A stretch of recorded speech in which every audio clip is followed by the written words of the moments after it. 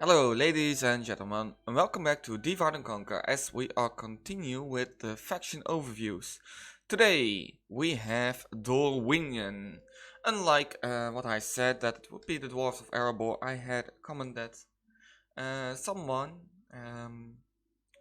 very really want to see Dorwinion, and as I thought that Rohan was a faction that hadn't seen much changes, unlike Dorwinion, um, it would be a nice idea to have a faction that has some changes in version 5.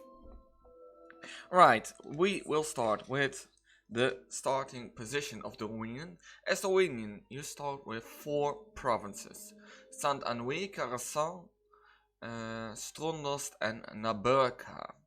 These 4 provinces. Well, as with 4 regions, you have an average starting position. Most factions do have 3 or 4 regions.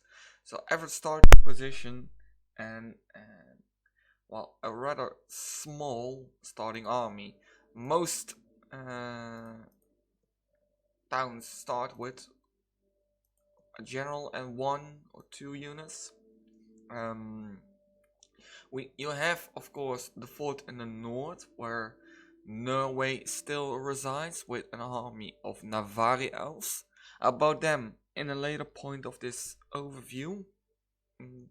But you don't have a very big starting army. The bodyguards. Well, you have a couple of unique bodyguards, starting here with Athel here, who have Atala Rangers, a very good archer unit. Over here, I think this is also a customized bodyguard. Fourth one who has Regent Spearman, yes, Regent Spear Guard. A unit that might not be always trainable. Very good defensive unit. We have, come on, Vine Region Rhun, your faction leader, who has a regular bodyguard of high paladins, which is now, unlike earlier version, a really hybrid between human and elven faction man in your battalion. And then we have Vine Lord Swain, who has also a regular bodyguard, yes, the high paladins as well. And in the fort we have Norway, who has more Quendi Sentinels, a really good archer unit. So you have a few customized bodyguards who could be very useful, especially in the start of the game, but also later on. I think all of them are towards the elite of Dorwinion's roster. As Dorwinion, you have a family tree, so you're not Teutonic. You have, well, Harwin, who has his son Swain, and brother-in-law Forthwin, with 3 children who haven't come of age. All right. Continuing towards the geographical area, we are in Dorwinion. We have a lot of possibilities around here, and quite a defensible area, with a river down south, which is coming towards the mountains over here nearby Sant-Anwi, which with only a few crossings. I think I count 3 so far, but I think there is a sneaky one over here. You can cross over here, just behind the Thack of Sant-Anwi. Have the sea on your eastern side. Sorry, you have the Sea of Rhun on the eastern side, and also on your southern side, where you border with Rhun. You have a small river over here, but do note that this area is straight in. Although you have a river over here that protects Strondos, and a fort over there. There is a fort, so it's quite easy to get some troops in the fort, and when Rhun comes for you, you can just pull them out, put them on the river, and have a defensive river fight. So altogether, you have a pretty defensible area at the start of your game. Something that I did forget to mention in the overview of Rohan, but I will mention now. Every region, every city has a building that's called the Green Book. It's this building over here. If you right click on it, you can see what terrain area each region have. So we have the region of Dorwinion, which is a grassland, and we have Western Dorwinion, which is also grassland. If you right click on the map, you see what region is what. So here we have Dorwinion with a city Karasan. I think this is Western Dorwinion with a city Saint-Anouilh. Because Strondos is in another province than the province of Dorwinion. So it has its own green book called the Sea of Rhun.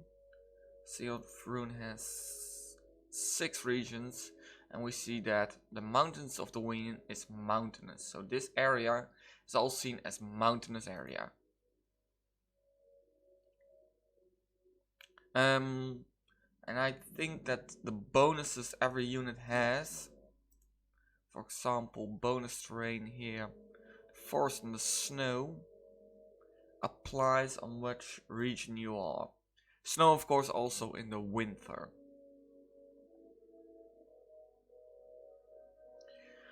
Alright, continuing towards expansion. As Dorwinion, you have, well, quite a lot of the direction to expand, but most likely you will take up first the rebel cities of Alanin, Carverat.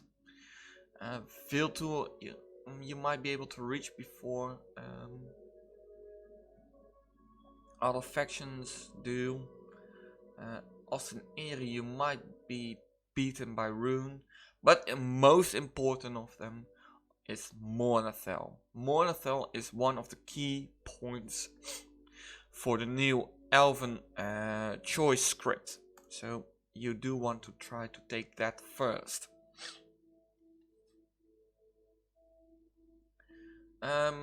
Continuing towards customized settlements, I think you don't have any nearby.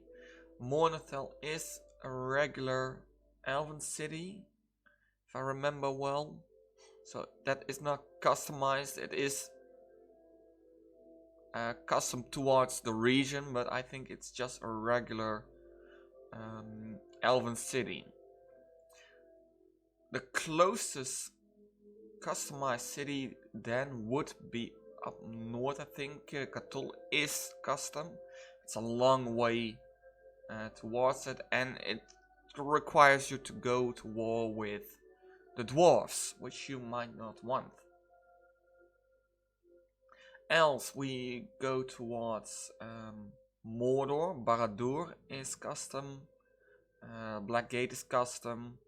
Durthang, Minas Morgul, or in the forest Dol Guldur. So all of the customized cities are far away from what you are fighting in the beginning, especially, and very unlikely to feature in your campaign, but you never know. And then we have diplomacy. As Dorwinion, you start allied to Dale and the Woodland Realm, because you have friendly trade relationships with them, as is mentioned by Tolkien. You are not starting at war with Rhun, if you have seen it.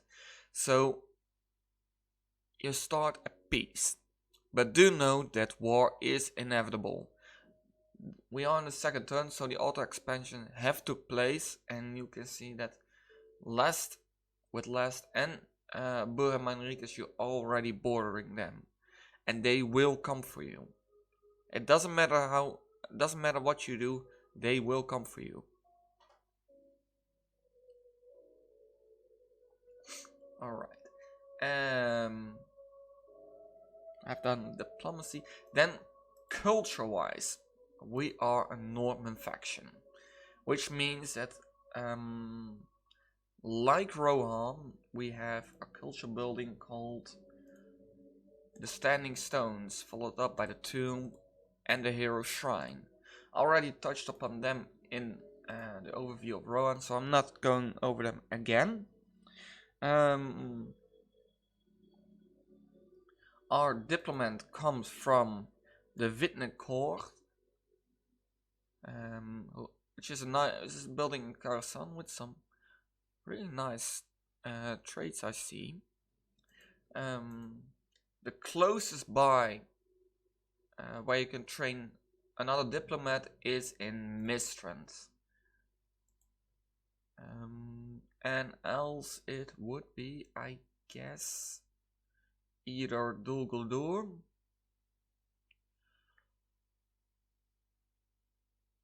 or Dil. Or if you go south to Barad-dûr, I think that's it. Those are the closest by. Economy wise, we are, well, a very strong nation, to say. We have some unique building called the winery, which is only built on places where the vine trade source is, and that is the wine trade source. That's over here. So you can hover over the region, and if you have the wine resource, you should be able to build the winery. It shows it has a second tier, but I think the second tier is only available if you have the human choice. Anything else? Yes, we do have access to ports, but we only have access to the longships. We are not a seafaring nation. As blacksmith, we have 4 tiers, and that is up to the armorer.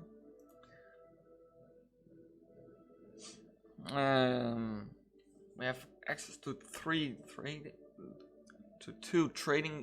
2 guilds, which is the Merchants Guild, which gives in the first tier only tradable goods. In the second tier, we have the ability to train 1 merchant, and if we are able to reach the third tier, we have the possibility to train another merchant, and we get some extra income. So it is really a really strong guild, in my opinion. But do note, there can only be 1 Master Merchants Guild in a faction, and only 1 Merchant Guild headquarters in all of the world. So it's pretty unlikely you get that third tier, but you might be able to. The other one, the Warriors Guild, is for all factions, and for us it's called the Weaponsmiths Guild and the Avaren Smiths Guild. The second tier only giving the possibility to upgrade your weapons and a moral bonus worldwide.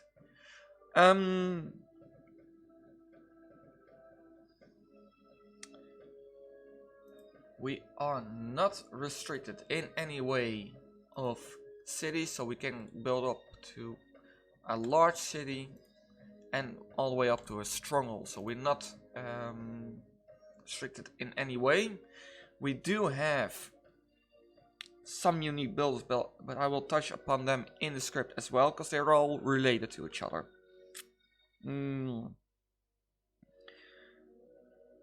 Anything else I need to mention? Yes, the barracks event is been removed of version 5, so we are free to reach all the way up to the to the highest tier of barracks without have to wait a certain number of turns. We do have some requirements for them, and for example, I take the city of Naburka because it doesn't have any buildings pre-built. And then we need the barracks, which is over here. So for the first tier, we don't need anything. The Torn barracks is always available. For the second tier, we need the Great Hall. And the Great Hall is in the Town Hall line, the second tier as well. So before we can build the barracks, we need to build the Great Hall. And then it will unlock itself.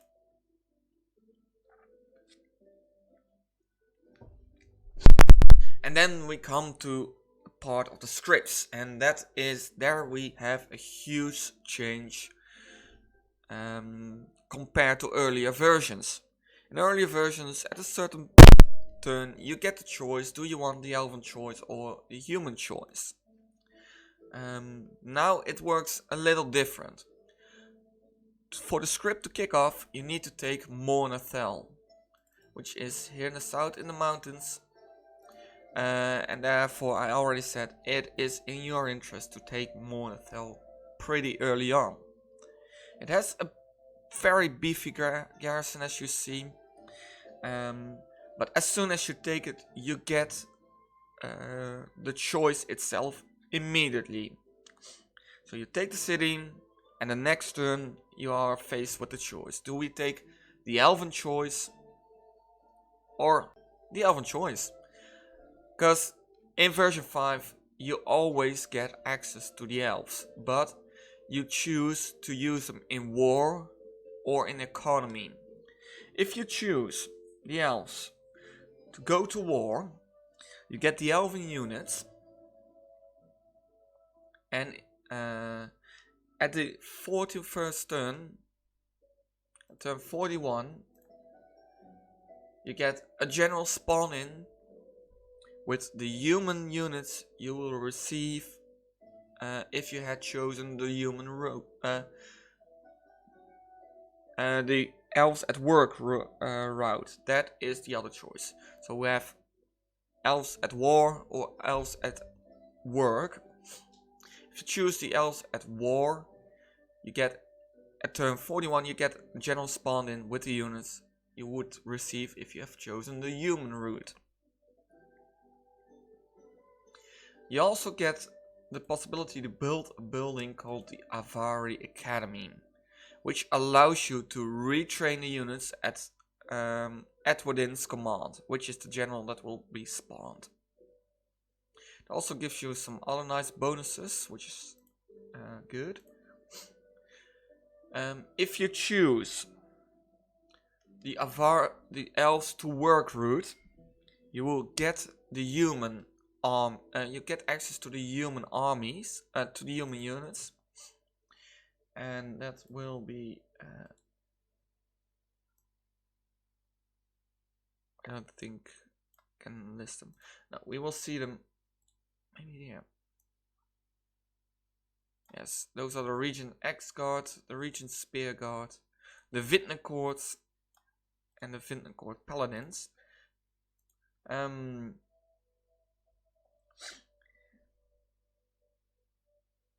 You will get access to them, and you will get access to a building called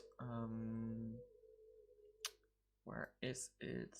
I've seen it before. The Winden Palace, which can be built in Mornathel. This building allows you to retrain the Avari units that will be spawned in turn 41 under leadership of Evelyn. So you will always get a portion. You always get one unit of each unit you will be able to train if you have chosen the other route. Also, if you choose for the Elven at Work route, you get access to the Woodland Hunters and the Woodland Lumbermen, We're also in the Bree and Dunedain faction. And you will get access to the privateer cavalry. The human route also boosts your economy even more, as I said already, with the second tier of winery, which is a really good economy building. So it is now way more profitable to choose the human route as it was in previous versions. Another change that is related to this script is that in earlier versions you only had access towards one of the Dorwinion units. You always had access to the Dorwinion infantry, but only if you chose the human route you would be able to train the Dorwinion swordmasters. That is changed as well, because you will always be able to train both of those units, but they are restricted. They are restricted to your heartlands, and I need to mention what your heartlands are, because they consist of Santanui, Karasar, Naburka, Strondus and Mornethel. So they are your starting reaches with Mornethel. So it is really important to capture Mornethel as soon as possible to kick off the script, but also to complete your heartlands.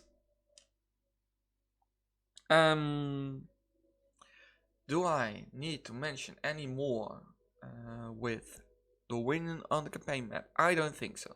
I think we are done. It is the only script that is for Dorwinion, so it's an important script, and it's one that will change your game.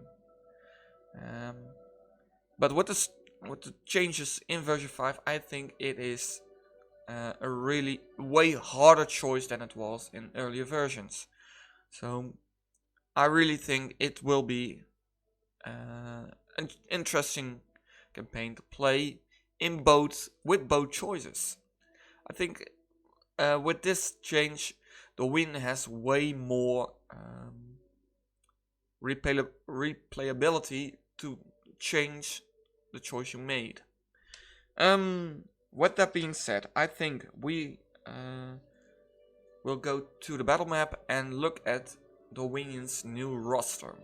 And welcome to the battlefield. And as we quickly look over the roster of Dorwinion, we see that we are a pretty well-rounded faction. But if there is something, we are kind of lacking in the cavalry department. But first things first, let's dive into our lowest units, our kind of trash tier units.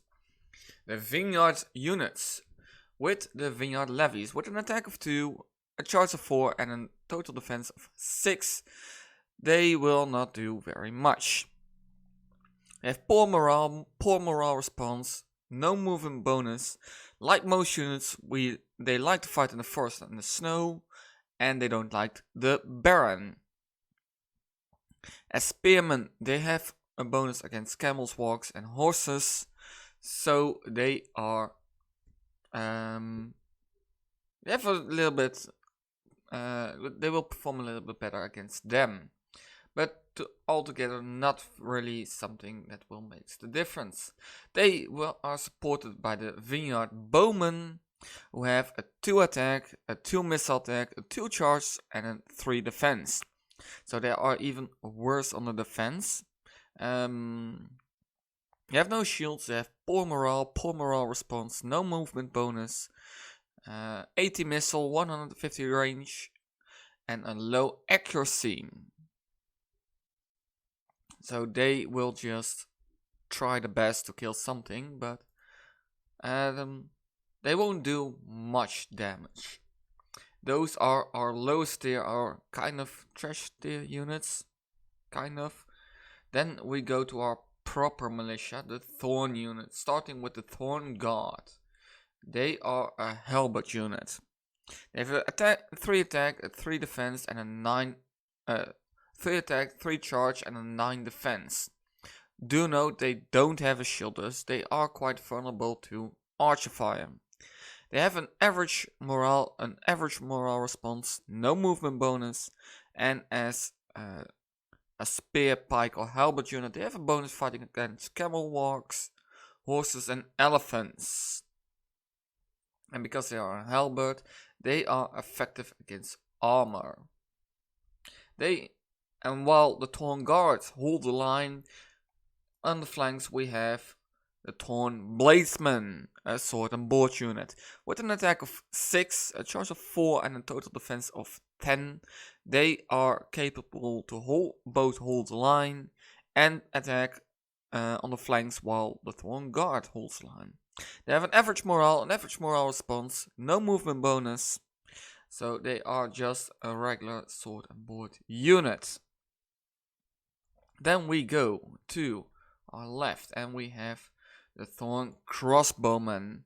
The Thorn Crossbowmen have an attack of 3, a missile attack of 6 and a charge of 2 and a total defense of 6. They are a crossbow unit, so they perform better when they can shoot straight on the enemies. That means that they are pretty much useless if you have friendly troops in front of you. Then they will do this weird arco shot which almost kills nothing and doesn't perform very well. So they are best used on the flanks while a unit holds the line, and they can shoot from the flank or in the back on that unit. They are crossbows, so they are armor piercing. They have average morale response, 26 missiles, 140 meters range and an average accuracy, giving them a little bit less range but better accuracy than the Vineyard bowmen. They are supported by a small regiment of cavalry with first the Thorn Patrollers. This is a crossbow horse unit with a melee attack of 4, a missile attack of 7 and a charge of 4 and a total defense of 6, which means they will perform pretty alright after they're done with the crossbows. Like all crossbows, they are armor piercing, they have an average morale response, no movement bonuses, they have 80 missiles and 110 meter range and an accuracy of average. So they are a nice addition to your normal crossbowmen. Then our other unit of cavalry is the Thorn Riders. They are attacked with 4, a charge of 6 and a total defense of 9, which make their attack equal towards the Thorn Patrollers. So that's why I said that the Thorn Patrollers will do pretty alright in melee as well. Do note also the Thorn Riders have a secondary attack of 5, which is higher than the initial attack, which as far as I'm aware of means that they will perform better in melee than the initial attack first. So they have also have average morale response, unlike our infantry, but which is equal to all horses. And I didn't mention with Thorn Patrollers, but it's the same. They like grasslands and they don't like barren forest or the snow. The Thorn Riders have a special bonus against the Easterling Cadaver Cavalry, which will feature in another video when we're doing some Easterlings. Then we have a kind of between line. Up here are the human or elven choice units, and these are kind of in between, and these units are always available for you. That are the Dorwinion line. They are both restricted to the Dorwinion homelands, which, as I already said, is the city of Karasan, San Anui, Mornethel, Naburka and Strondost. So both of these units are restricted to their homelands. And let's start with the Dorwinion infantry. These are an upgrade from the Vineyard levies, basically. A spear unit, and 5 attack, 6 charge, and a 15 defense. They have good morale response. They're slightly faster than other units and other infantry. And they have a bonus against camels, walks, and horses because they are spearmen. They are supported by a strike infantry, the Dorwinion sword masters, with an attack of 9, a charge of 8, and a defense of 12. They are a force to be reckoned with. They will do just fine. If they can charge on the flanks of the enemy while the infantry holds the line, it will be victorious. They have a good morale response. Like the infantries, they are slightly faster than other infanterists. And just a good strike unit. And then we come to the choice units. I have split them up in the human and the elven choice, and I will also attend to them as such. So I will start with the elven choice first. With the first tier and the second tier, let me rephrase it. Start with the elves and then with the humans. I will start with the first tier of elves, then the first tier of the humans, and then the second tier of the elves, and then the second tier of the humans. So first the elves, and we start with the infantry. We have the Avari warriors. I didn't group them, I see. These guys need to be grouped together, and then we have these guys. And you need to be there. Alright, there. Alright, we have the Avari warriors. This is another strike unit, I would say, with an attack of 11, a charge of 6, and a defense of 20, which is really good. Although, again, notice as with more troops, we do lack some shields, so we are pretty vulnerable to enemy archer fire. The Avari warriors do have some shield protection, but not much. So we have 20 defense, from which only 2 is in shield. Armor always counts. A defense skill is only in melee, and the shields are will defend from the way they are facing. So that could be on the front side or the soldiers' left side. Yes. So that's how the defense system works. They have good morale, very good morale response. Like all elves, they are slightly faster with 10% bonus. Just a good unit. They are supported with the Avari spearmen. These are a spear and javelin unit with a melee attack of 8, a missile attack of 9, and a charge of 6, and a total defense of 22. They have 3 missiles with a 65 meter range. They have good morale response, and a very good morale, and just like all elves, 10% faster. They have, with the spears, they have a bonus fighting against cavalry, and the javelins are armor piercing. Then to the Avari shadows. They are over here. As you can see, they can hide everywhere, and that's one of their abilities stated in the list.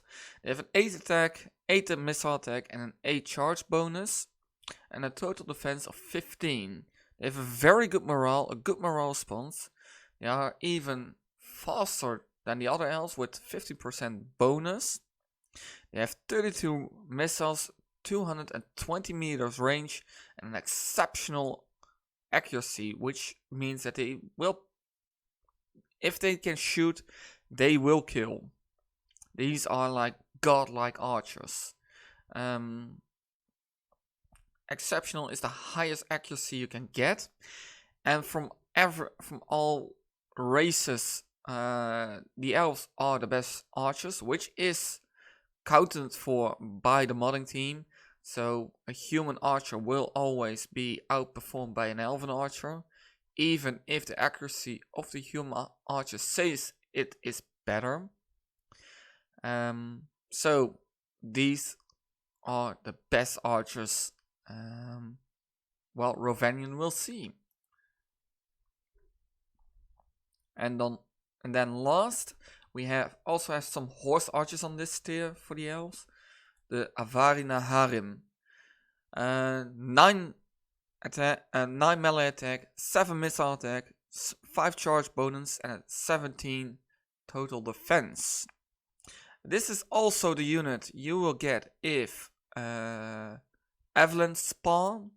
That is the elven general in the script. He will start with this unit as his bodyguard. They have good morale, excellent morale even. They have good morale response. They're slightly faster than other horses. And they have a bonus fighting against horses and Easterling cataphracts. They have 30 missiles, 140 meter range and a high accuracy, making them a really good archer and cavalry unit. Then for the human choice, we first have the regent units with the regent spearmen. We have a 6 attack, a 5 charge bonus and a 20 defense, making them a direct upgrade from the Dorwinion infantry. They have good morale response, no movement bonuses, and like all spearmen, they have a bonus fighting camels, wargs, horses and elephants. Just a decent, good unit. And while the spear guard defense, we have the Axe guard who attacks with an 8 attack, a 7 charge bonus, who would watch what is armor piercing, and a total defense of 15. But again, here we are lacking shields. So against archers we only have a defense of 9. Be aware of that. They have a good morale response, no bonuses for speed, and they have a bonus against elephants. These infantrymen are supported with 1 archer unit, another crossbowman unit, the Regent Bowguard, who have a 6 attack, a 10 missile attack and a 3 charge and a total defense of 15. Their attack is, because they are crossbowmen, they are armor piercing. They have 26 missiles and 150 meter range and high accuracy, making them a direct upgrade from the Thorn crossbowmen. They are not restricted as far as I'm aware of, no. So we only have 2 restricted units, I guess, yes. That are the Dorwinion units. And now we continue to the highest tier of our choice units, starting with the Elven choice, the Morroquindi Protectors. With an 8 attack, a 6 charge and a 24 defense, these guys will perform real good. They are one of the better pikemen in the game. They have an excellent morale, a good morale response. They are slightly faster than other infantry units. And they have a bonus fighting against camels, wargs, horses and elephants. And with an armor of 15, they will be able to stand long enough to not suffer too much from archer fire.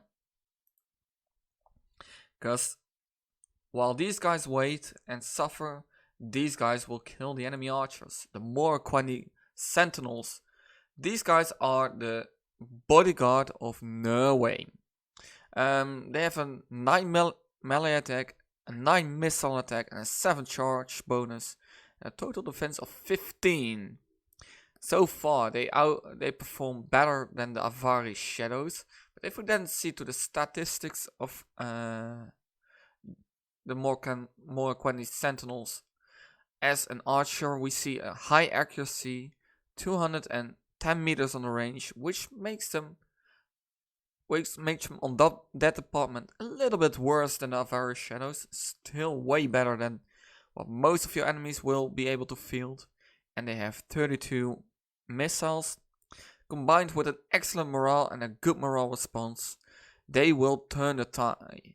Even in the worst situations, these guys will be able to save your ass.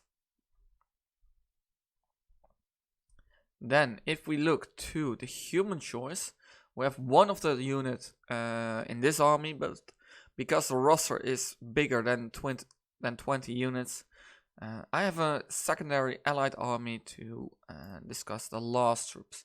But the first unit of the second tier of the human choice are the Vindnecourt Knights. They have a 12 attack, a 6 charge bonus, and a 25 defense. A really good unit.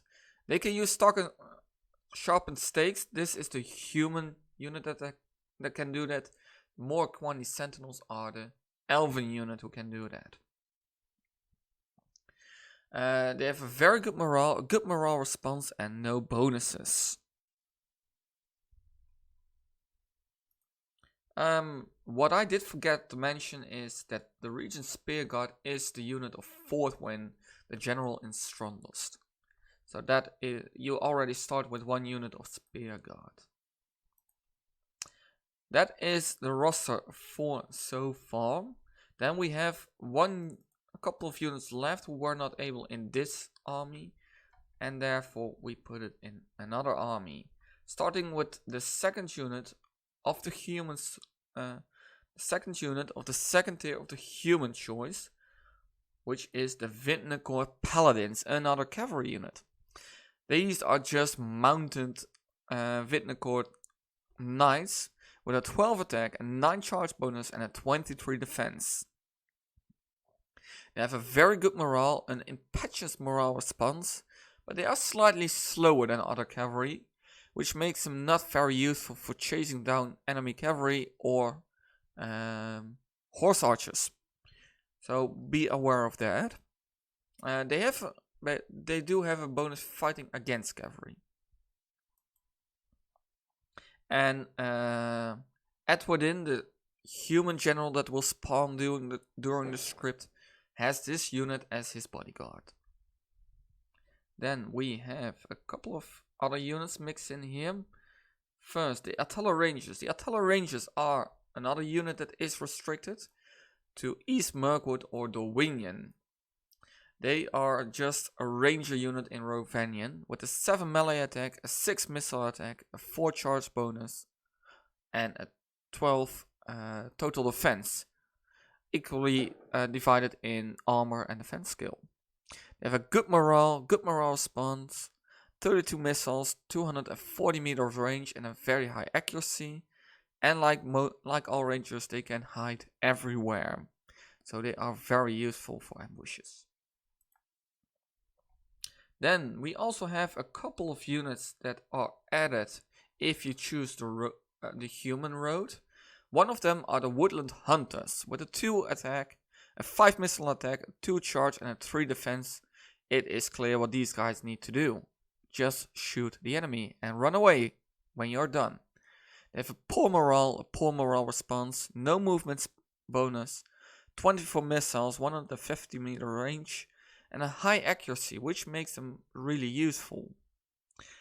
When you can train these guys over, for example, the Vina levies, always choose the Hunters.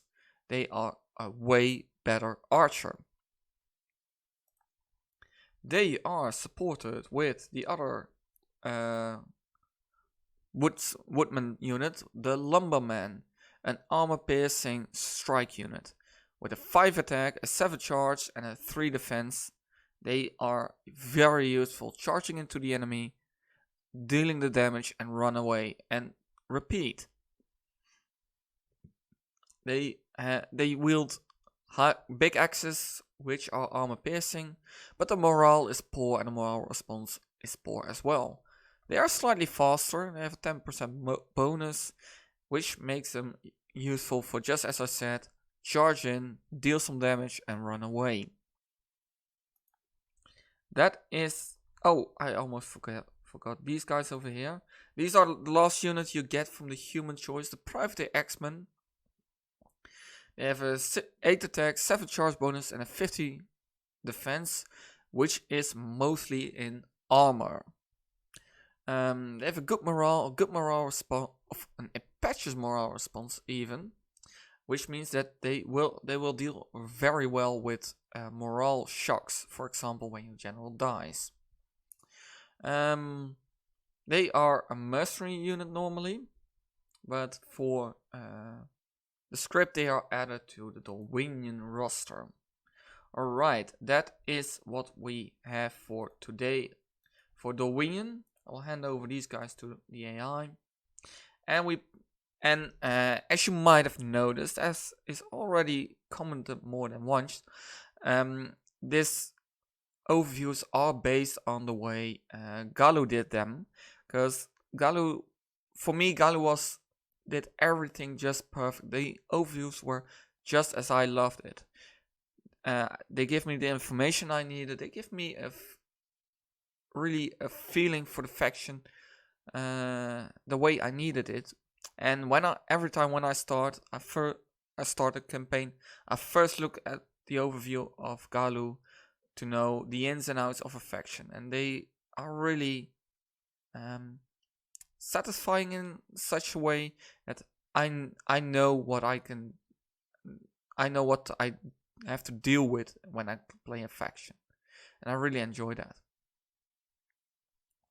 But for now, I'm gonna hand over this to the AI. I'm gonna press play, and the last thing is also a Galu ID. Guess the faction. So, which faction will be next on the list and will feature in next video? Because unlike last week, I said I would do the Dwarves of Erebor, but I changed just for this once. I choose Dorwinion, but for next week we have this faction. I see a lot of horses. I see some silver.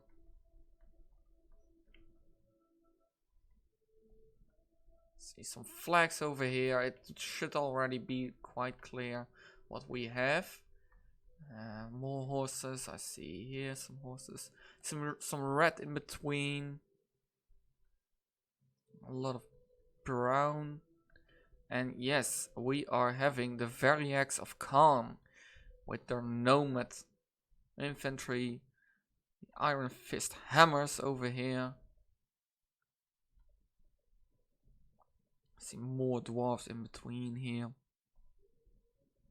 See some temple wards. And then the strength of the Kandishan army. Their horses and their horse archers. Most of them having a little bit of a revamp visually, which is turning out really nice. They really have, for me, they really have this Mongolian Hunnic feeling, and I think it suits Khan. Now, come on, let's move on. Do we get some engagement?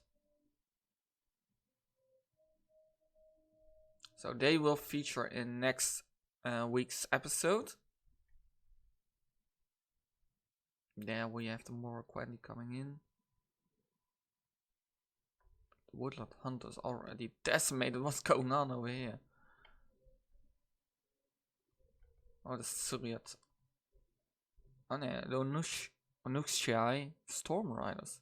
I really have to learn how to pronounce this unit before next week.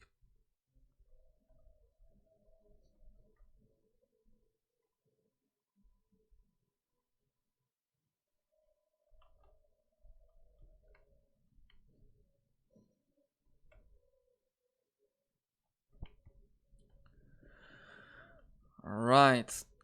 Do we have the Lumbermen are broken? The Court Paladins not. But it's not looking really good for the win so far.